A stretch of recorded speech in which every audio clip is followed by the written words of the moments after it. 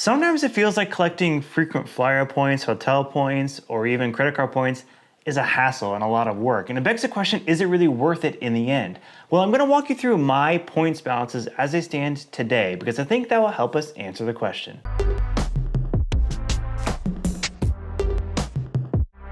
Hey everyone, my name is Ben and welcome back to Explore Informed, where we dig into the details of travel. So the next time you go exploring, you can go just a little bit better informed. If you get to the end of this video and you like what you see, maybe consider subscribing to this channel. That'll help you get more of our content in the future in your feed, and it'll also help me to grow this channel. And along the way, as you're viewing, if you have a comment or question, feel free to drop it down in the comment section below. So as promised, I'm going to walk you through my active points balances today, and I think that'll help us understand whether collecting all these points and miles is really worth it. But let me first set the stage just a little bit. Now, I travel a lot for work, probably 10 to 40 weeks a year, just given the year and the kind of work I'm doing. So that is where I've earned a huge portion of these points, probably 99.9% of the points. I fly on American Airlines, I stay largely at Marriott properties, and I put that spend on American Express corporate cards. Now, if you don't travel, you can still earn points obviously through credit card sign-up bonuses, credit card spend, and that kind of thing, but it does come at a cost with annual fees or interest if you end up paying that on accident or something like that. But whether you earn your miles and points through traveling or credit card spend, if you do it enough, you can accrue a pretty reasonable balance and really make the investment worth it. Now we're going to start with American Airlines. A couple notes going into this.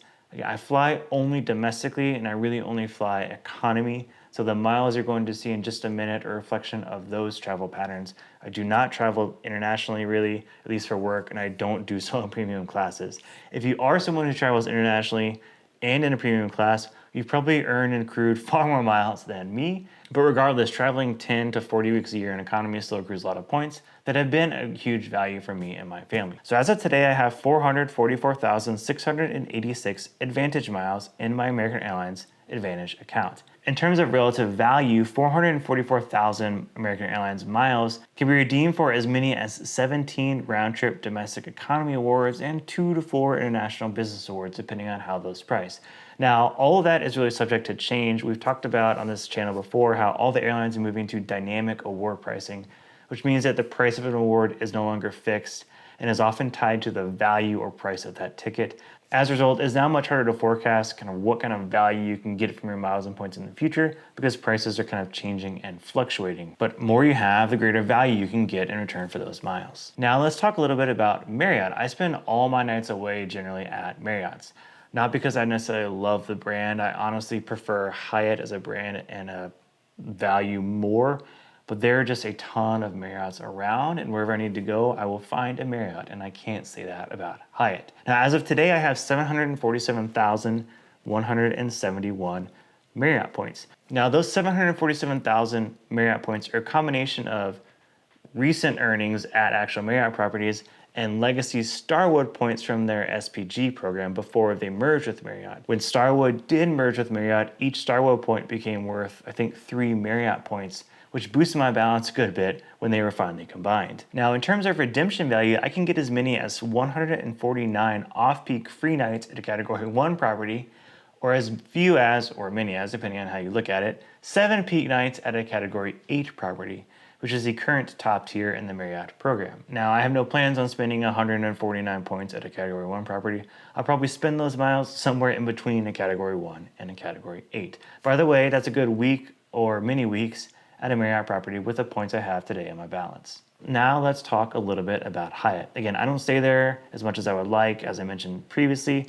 I actually earned most of my Hyatt points today by flying on American Airlines. Within the last year or so, I think, American Airlines announced a partnership with Hyatt where you can earn Hyatt points basically for all the dollars and money you spend on American. So each time I fly American, I earn a couple hundred Hyatt points, which I think is a pretty good deal, especially considering I don't stay at Hyatt today. Now, you're not gonna earn points necessarily at the quickest rate, but those are completely free points that you're getting without spending any money at Hyatt, which I think is a great deal. So if you fly American frequently and you have not linked your frequent flyer account to your Hyatt account, you should do so and take advantage of that opportunity. In terms of redemption value, for 46,000 points, I can get 9 free nights at a Category 1 property, or 1 night at a Category 8 property, which is the top tier in Hyatt's program. Or if you want to land somewhere in the middle there, I can get 2 suite nights at a Category 4 property. One final note about Hyatt too, as I mentioned before on this channel, I'm a fan of the Hyatt Ziva and Zilara all-inclusive properties, and 2 people can stay at a Hyatt Ziva or Zilara for around 25,000 Hyatt points per night. So 46,000 Hyatt points is almost enough for 2 people to stay 2 nights at an all-inclusive property, and a decent one at that. I think that is really my aspirational award and where I intend to burn my Hyatt points once I've earned enough for a couple nights stay. Now let's talk a little bit about American Express. All of the flights I book and the hotels I book are essentially billed to my clients through my employer via my American Express corporate card. And the good news is I get to collect all of those points. So my current balance there is 77,772 American Express membership rewards points. I do not currently have a personal American Express, so every dollar in there is a work-related charge. In terms of redemption value, I think that can get us today 1 to 3 round-trip domestic economy awards via British Airways on American Airlines, for example, 1 to 15 free hotel nights at a Marriott, and $500 to $700 in gift cards. Think things like American Express prepaid cards or Home Depot or Nike and that kind of thing. So the good news about kind of my current work arrangement is that I get to collect the frequent flyer miles, the hotel points, and the credit card points to boot. So I kind of get the benefit from all of those different earning channels. And I do burn these points frequently, but my balances are kind of high today because all the trips I had planned for spring break, for example, and I had another trip planned for next week, I had to cancel them. So all those miles and points are refunded. So I'm kind of sitting on reasonable balances across all of my accounts right now. Now, if we summarize all that and look at what it all sums to, it sums to 1,316,152 points and miles across all 4 of those accounts. I probably do have a few thousand points scattered elsewhere like at United or Delta, but these 4 accounts really reflect where I spend my energy and time while traveling, and the balances reflect that. Now, I know I travel much more than the average person, but I think this does demonstrate that if you kind of focus your energy and direct all of that to one specific airline or hotel or credit card, you can earn a meaningful amount of points that can really provide a ton of travel value for you, your family, and your friends, even if you're only earning a fraction of that on credit card spend. But before we leave, I want you to remember a couple different things. The rate at which you earn varies widely across different travel programs like credit cards, hotels, and airlines, and also based on travel and spend rates, kind of how you spend your time and money, whether that's traveling or even at home on credit card spend. Again, you're gonna earn way more points if you're spending money on an international premium ticket than you are on a domestic economy ticket. That's just the way it goes, but you should still, again, focus your energy on a couple of programs and reap the benefit of whatever spend or travel you are completing.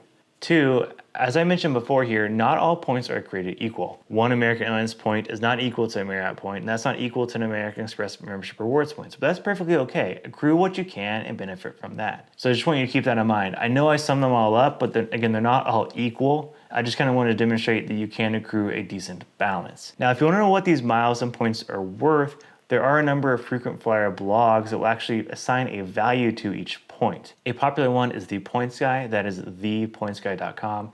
He does have valuations for all the different programs, and he kind of tracks them month to month as they add benefits to the program or reduce benefits in the program. Kind of that relative value you get in terms of dollars and cents for every single point does fluctuate a little bit. And the Points Guy team does routine valuations of those points. Again, that's thepointsguy.com. Last thing I want to mention, I've mentioned it many times here, points devalue or lose their value over time. This is not like cash or an investment.